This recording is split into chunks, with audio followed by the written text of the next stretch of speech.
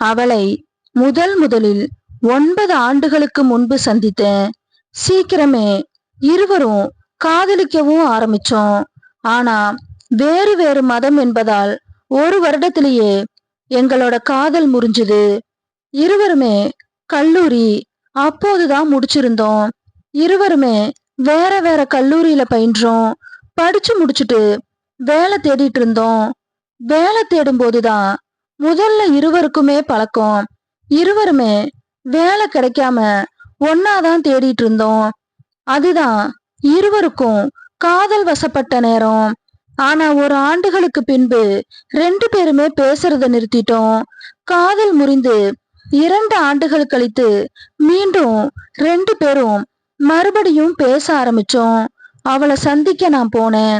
அவ அழகா ஆடை அணிஞ்சுக்கிட்டு தேவதை போல இருந்தா. அவ சிரிச்சுக்கிட்டே தலைய கீழே குனிஞ்சிட்டு இருந்தா. இருவரும் ஒரு ஆட்டோல சென்றுட்டு இருந்தோம்.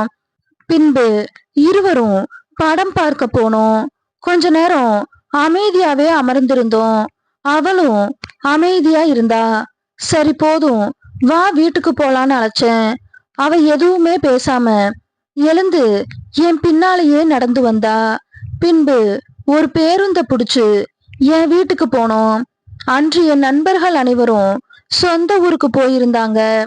அதனால அவளை தைரியமா என் வீட்டுக்கு அழைச்சிட்டு போனேன்.